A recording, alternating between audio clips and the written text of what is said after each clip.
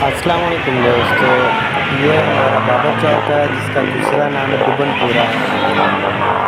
ये कि नहर नहीं है, ये हमारी सड़क है जो सिर्फ 5 मिनट की बारिश से ये हाल हो गया और हमारी बाइक बंद होगी और हमें छोटे छोटे ये मुजाहिद है जो हमारी मदद करने आए हैं। मेरी बाइक बंद है और मेरे पाँव पर चोट लगी।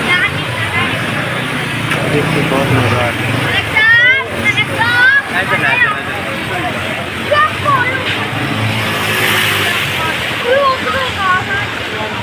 थोड़ा और ला दो, थोड़ा बस कांडी चढ़ा दो, कांडी चढ़ा दो। हाय हाय, थोड़ा जोर ला दे, ला दे। बस शुक्रिया। थोड़ी और चढ़ा ले। नहीं आपके नहीं चढ़ा। बस इतने ठीक। जी बहुत शुक्रिया। बस बस बस।